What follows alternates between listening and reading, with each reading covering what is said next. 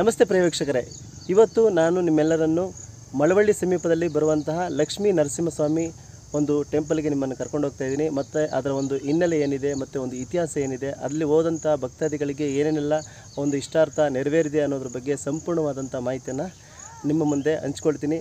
ಬನ್ನಿ, ಅದನ್ನು pin to pin ನಿಮಗೆ ತೋರಿಸ್ತೀನಿ, ಹಾಗೆ ವಾಚ್ ಮಾಡ್ತಾರೆ ಅಂತ ಹೇಳ್ತಾ ಬನ್ನಿ ವಿಡಿಯೋನ ಶುರು ಮಾಡೋಣ. ಓಡೋಣ ಫ್ರೆಂಡ್ಸ್, ಬನ್ನಿ ಹಾಗಾದರೆ ನೋಡ್ಕೊಂಡು ಬರೋಣ. ನೋಡಿ ಫ್ರೆಂಡ್ಸ್, ಅಲ್ಗೂರಿಂದ ನಮ್ಮ ಸ್ವಂತ ಊರಾಗಿರ್ತಕ್ಕಂಥ ದನಗೂರಿಗೆ ಬಂದಿದ್ದೀನಿ. ಇದು ನಮ್ಮ ಮನೆ ಮುಂದ್ಗಡೆ ಕಾರ್ ನಿಂತಿದೆ. ಅಲ್ಲಿಂದ ಅಮ್ಮನ ನಾವು ಕೂರಿಸ್ಕೊಂಡು ಹೋಗೋಣ ಅಂತೇಳಿ ಬಂದಿದ್ದು. ಕನಕಪುರ ಮೇನ್ ರೋಡಲ್ಲಿ ಹೋಗೋದಾದರೆ ಈಸಿಯಾಗಿ ಹೋಗ್ಬೋದು. ಸುಮಾರು ಒಂದು 15 ಕಿಲೋಮೀಟ್ರ್ ಆಗುತ್ತೆ. ನಾನು ಇವಾಗ ಕಾರಲ್ಲಿ ಕೂತ್ಕೊಂಡಿದ್ದೀನಿ, ಅಮ್ಮನ್ನು ಕೂಡ ಕೂರಿಸ್ಕೊಳ್ತಾ ಇದ್ದೀನಿ. ಇವಾಗ ನಾನು ಮಳವಳ್ಳಿಗೆ ರೀಚ್ ಆಗಿದ್ದೀನಿ. ಮಳವಳ್ಳಿಯಿಂದ ಹೋಗ್ತಾ ಇರುವಂಥದ್ದು. ಮಳವಳ್ಳಿಯಿಂದ ಸುಮಾರು ಒಂದು 3 ಕಿಲೋಮೀಟ್ರ್ ಆಗುತ್ತೆ ಫ್ರೆಂಡ್ಸ್. ರೋಡ್ ಕೂಡ ತುಂಬ ಚೆನ್ನಾಗಿದೆ. ಇಲ್ಲಿಂದ ಬಸ್ ವ್ಯವಸ್ಥೆ ಏನಿರೋದಿಲ್ಲ, 3 ಕಿಲೋಮೀಟ್ರ್ ಇರೋದ್ರಿಂದ ನೀವೇನಾದ್ರೂ ಬರ್ತೀನಿ ಅಂತಂದರೆ ಆಟೋದಲ್ಲಿ ಬರ್ಬೋದು ಈಸಿಯಾಗಿ.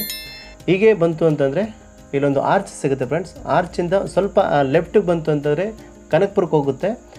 ಆ ಒಂದು ಆರ್ಚನ್ನು ಬಿಟ್ಟು ಸ್ಟ್ರೈಟ್ ಹೋಯಿತು ಅಂದರೆ ಕೊಳ್ಳೇಗಾಲ ಮೇನ್ ರೋಡಲ್ಲಿ ಹೋಗಬೇಕಾಗುತ್ತೆ. ಇದನ್ನು ನಾವು ಟೋಲ್ ಗೇಟ್ ಅಂತ ಹೇಳ್ತೀವಿ. ನೋಡಿ, ಇವಾಗ ಆ ಕಡೆಯಿಂದ ವೆಹಿಕಲ್ಗಳು ಬರ್ತಾಯಿದೆ ನೋಡಿ. ಇದು ಲೆಫ್ಟ್ ಸೈಡ್ ಆದರೆ ಕನಕಪುರಕ್ಕೆ ಹೋಗುತ್ತೆ. ಸ್ಟ್ರೈಟ್ ಹೋಯಿತು ಅಂತಂದರೆ ಕೊಳ್ಳೇಗಾಲ ಮೇನ್ ರೋಡು. ಇಲ್ಲಿಂದ ಹೋಯ್ತು ಅಂತಾರೆ ಸುಮಾರು 3 ಕಿಲೋಮೀಟ್ರ್ ಇರ್ತದೆ. ಹೀಗೆ ಸ್ಟ್ರೈಟ್ ಹೋಗಬೇಕಾಗುತ್ತೆ ಫ್ರೆಂಡ್ಸ್. ನೋಡಿ ಫ್ರೆಂಡ್ಸ್, ರೈಟ್ ಸೈಡಲ್ಲಿ ಒಂದು ಆರ್ಚ್ ಕಾಣ್ತಾ ಇದೆ ನೋಡಿ. ಈ ಮಾರ್ಗವಾಗಿ ಹೋಗಬೇಕಾಗುತ್ತೆ. ಇಲ್ಲಿ ನೇಮ್ ಕೂಡ ಮೆನ್ಷನ್ ಮಾಡಿರ್ತಾರೆ. ಮಾರೇಹಳ್ಳಿ ದೇವಸ್ಥಾನಕ್ಕೆ ಹೋಗುವಂಥ ದಾರಿ ಅಂತಲೂ ಕೂಡ ಮೆನ್ಷನ್ ಮಾಡಿರ್ತಾರೆ ನೋಡಿ. ಮಾರೇಹಳ್ಳಿ ದೇವಸ್ಥಾನಕ್ಕೆ ದಾರಿ ಅಂತಲೂ ಕೂಡ ಮೆನ್ಷನ್ ಮಾಡಿದ್ದಾರೆ. ಲಕ್ಷ್ಮೀ ನರಸಿಂಹಸ್ವಾಮಿ ದೇವಸ್ಥಾನ ಅಂತ ಹಾಕಿದ್ದಾರೆ ಆರ್ಚಿನ ಕೆಳಗಡೆ.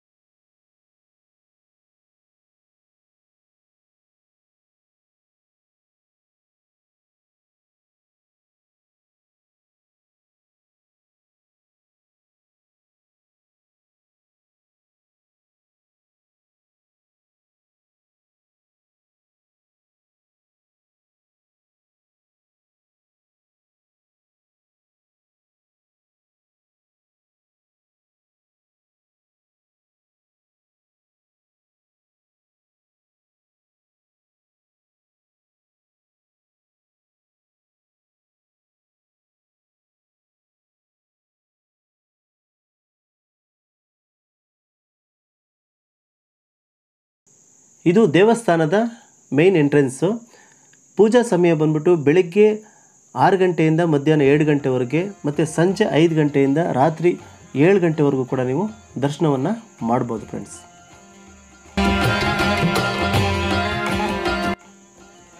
ಸುಮಾರು 1200 ವರ್ಷಗಳ ಇತಿಹಾಸವನ್ನು ಒಳಗೊಂಡಿರ್ತಕ್ಕಂಥ ಈ ದೇವಸ್ಥಾನಕ್ಕೆ ಯಾವುದೇ ಥರ ಇಲ್ಲಿವರೆಗೂ ಕೂಡ ಆಲ್ಟ್ರೇಷನ್ ಮಾಡಿಸಿಲ್ಲ. ಯಾಕೆಂತಂದರೆ ಒರಿಜಿನಾಲಿಟಿ ಹೋಗುತ್ತೆ ಅಂತೇಳಿ ಯಾವುದೇ ಥರ ಆಲ್ಟ್ರೇಷನ್ ಮಾಡದೇ ಇರೋದ್ರಿಂದ ಜನಗಳನ್ನು ತುಂಬ ಅಟ್ರ್ಯಾಕ್ಟ್ ಮಾಡುತ್ತೆ ಅಂತಲೂ ಕೂಡ ನಾವು ಹೇಳ್ಬೋದು ಫ್ರೆಂಡ್ಸ್.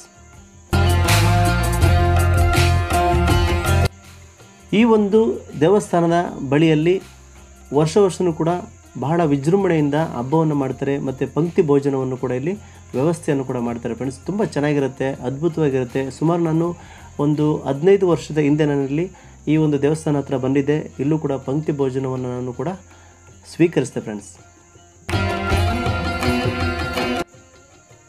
ಈ ದೇವಸ್ಥಾನದ ವಿಶೇಷ ಏನಂತಂದರೆ, ಸಾಮಾನ್ಯವಾಗಿ ನರಸಿಂಹದೇವರು ಉಗ್ರ ಸ್ವರೂಪದಲ್ಲೇ ಇರ್ತಾರೆ. ಆದರೆ ಇಲ್ಲಿರುವಂಥ ನರಸಿಂಹದೇವರನ್ನು ನಾವು ಸೌಮ್ಯ ರೂಪದಲ್ಲಿ ನಾವು ನೋಡ್ಬೋದು. ಹಾಗಾಗಿ ಪ್ರೀತಿಯಿಂದ ಸ್ಥಳೀಕರಲ್ಲಿ ಈ ಒಂದು ನರಸಿಂಹನನ್ನು ಮಾರೇಹಳ್ಳಿಯ ಮುದುಕಪ್ಪ ಅಂತಲೂ ಕೂಡ ಕರೀತಾರೆ ಫ್ರೆಂಡ್ಸ್.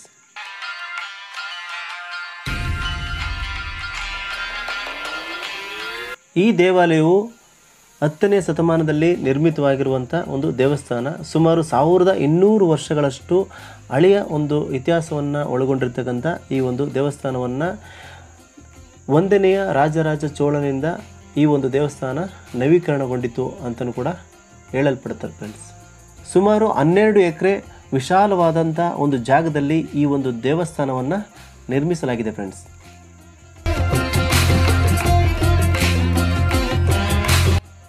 ಇನ್ನೊಂದು ಬಹಳ ವಿಶಿಷ್ಟವಾದಂಥ ಒಂದು ಸಂಗತಿಯನ್ನು ಹೇಳೋದಾದರೆ, ಈ ಒಂದು ದೇವಸ್ಥಾನಕ್ಕೆ ಯಾರ್ಯಾರೆಲ್ಲ ಬರ್ತಾರೋ, ಏನೇನೆಲ್ಲ ಆಸೆ ಆಕಾಂಕ್ಷೆಗಳನ್ನು ಇಟ್ಕೊಂಡು ಬರ್ತಾರೋ ಅವೆಲ್ಲವೂ ಕೂಡ ಅವರ ಮನಸ್ಸಿನಲ್ಲಿ ಏನು ಅಂದ್ಕೊಳ್ತಾರೋ ಆ ಒಂದು ದೃಢ ಸಂಕಲ್ಪವನ್ನು ಏನು ಇಟ್ಕೊಳ್ತಾರೋ ಅವೆಲ್ಲವೂ ಕೂಡ ನೆರವೇರುತ್ತೆ ಅನ್ನುವಂಥದ್ದು ಕೂಡ ಇಲ್ಲಿ ಸಾಕಷ್ಟು ಜನ ಹೇಳ್ತಾರೆ. ನನಗೂ ಕೂಡ ಈ ಒಂದು ಅನುಭವ ಆಗಿದೆ ಅಂತಲೂ ಕೂಡ ನಾನು ಹೇಳೋದಕ್ಕೆ ಇಷ್ಟಪಡ್ತೀನಿ ಫ್ರೆಂಡ್ಸ್. ಏನೇ ಆಗಿರ್ಬೋದು, ಏನೇ ಮನಸ್ಸಲ್ಲಿ ಅಂದ್ಕೊಳ್ಬೋದು, ಏನೇ ಆಗದೇ ಇರುವಂಥ ಘಟನೆ ಕೂಡ ಖಂಡಿತವೂ ಕೂಡ ನಡೆಯುತ್ತೆ ಅಂತಲೂ ಕೂಡ ಹೇಳ್ಬೋದು ಫ್ರೆಂಡ್ಸ್.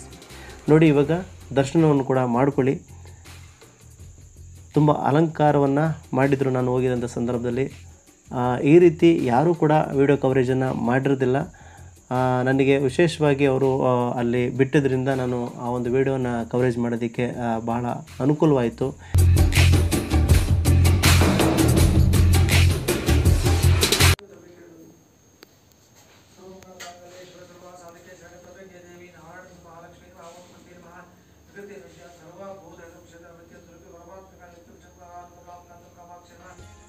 ಶಾಂತ ಸ್ವರೂಪದಲ್ಲಿ ನೆಲೆಸಿರ್ತಕ್ಕಂಥ ನಮ್ಮ ನರಸಿಂಹಸ್ವಾಮಿಯ ದರ್ಶನವನ್ನು ಪಡ್ಕೊಂಡಿರಲ್ಲ ಫ್ರೆಂಡ್ಸ್. ಇದಾದ ನಂತರ ಇದರ ಪಕ್ಕದಲ್ಲೇ ಯಾವ್ಯಾವ ದೇವಸ್ಥಾನಗಳಿದೆ, ಯಾವ್ಯಾವ ಒಂದು ದೇವರುಗಳು ಇಲ್ಲಿ ಪ್ರತಿಷ್ಠಾಪನೆ ಮಾಡಿದ್ದಾರೆ ಅನ್ನುವಂಥದ್ದು ಕೂಡ ನಿಮಗೆ ಡೀಟೇಲ್ ಆಗಿ ಹೇಳ್ತೀನಿ, ಬನ್ನಿ ಫ್ರೆಂಡ್ಸ್. ಮೊದಲನೇದಾಗಿ ಶ್ರೀ ಭೂದೇವಿಯನ್ನು ನೀವು ನೋಡ್ಬೋದು. ಎರಡನೆಯದಾಗಿ ಶ್ರೀ ನೀಳಾದೇವಿ ಅಮ್ಮನವರನ್ನು ಕೂಡ ನೀವು ಇಲ್ಲಿ ನೋಡ್ಬೋದು ಫ್ರೆಂಡ್ಸ್.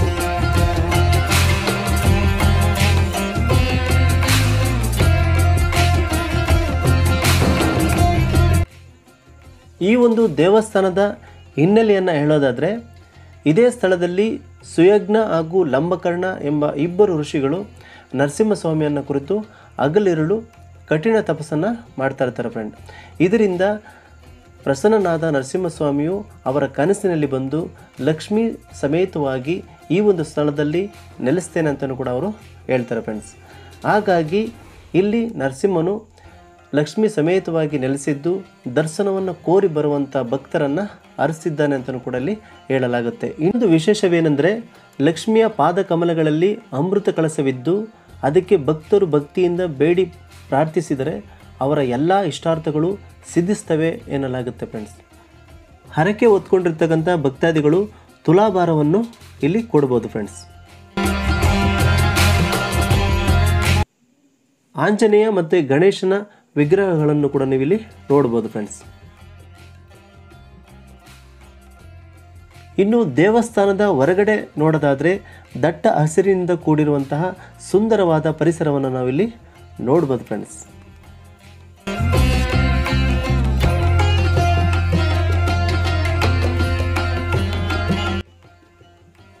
ನೋಡಿ ಫ್ರೆಂಡ್ಸ್, ಇವರು ನಮ್ಮ ತಾಯಿ ದೇವಮ್ಮ ಅಂತೇಳಿ, ಅವ್ರನ್ನೂ ಕೂಡ ಈ ಒಂದು ದೇವಸ್ಥಾನದ ದರ್ಶನಕ್ಕೋಸ್ಕರವಾಗಿ ಕರ್ಕೊಂಡು ಬಂದಿದ್ದೆ.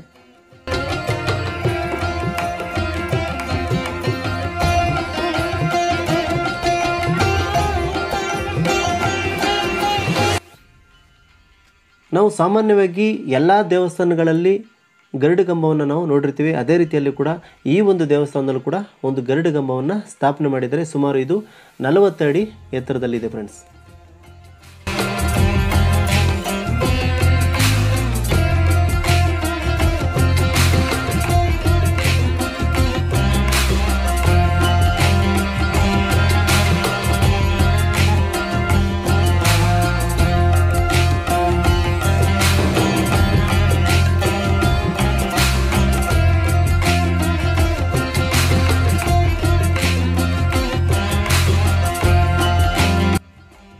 ಈ ಒಂದು ದೇವಸ್ಥಾನದ ಬಳಿಯಲ್ಲೇ ಕೂಡ ಇನ್ನೊಂದು ದೇವಸ್ಥಾನವನ್ನು ನೋಡ್ಬೋದು, ಅಮೃತೇಶ್ವರ ಸ್ವಾಮಿ ಅಂತ. ಈ ಒಂದು ದೇವಸ್ಥಾನ ಕೂಡ ನೀವು ನೋಡ್ಬೋದು ಫ್ರೆಂಡ್ಸ್.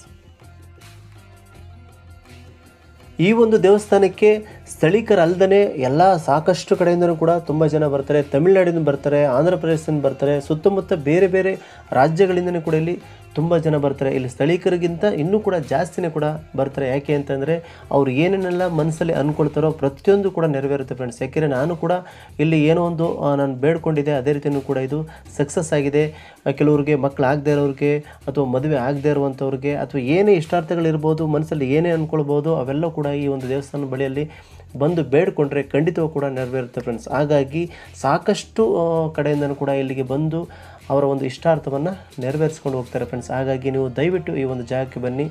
ಮೈಸೂರಿಂದ ಬರೋದಾದರೆ ಸುಮಾರು 50 ಕಿಲೋಮೀಟರ್ ಆಗುತ್ತೆ. ಬೆಂಗಳೂರಿಂದ ಬರೋದಾದರೆ 112 ಕಿಲೋಮೀಟರ್ ಆಗುತ್ತೆ. ಹಾಗಾಗಿ ನೀವು ಈ ಒಂದು ದೇವಸ್ಥಾನಕ್ಕೆ ಬಂದು ಈ ಒಂದು ದರ್ಶನವನ್ನು ಪಡೀಲೇಬೇಕು ಅಂತ ಹೇಳಿ ಈ ಒಂದು ರಿಕ್ವೆಸ್ಟನ್ನು ನಾನು ಮಾಡ್ಕೊಳ್ತಾ ಇದ್ದೀನಿ. ಈ ಒಂದು ವಿಡಿಯೋ ನಾನು ಇಲ್ಲಿಗೆ ಮುಗಿಸ್ತಾ ಇದ್ದೀನಿ. ಧನ್ಯವಾದಗಳೊಂದಿಗೆ ನಾನು ನಿಮ್ಮ ಪ್ರೀತಿಯ ಸುರೇಶ್.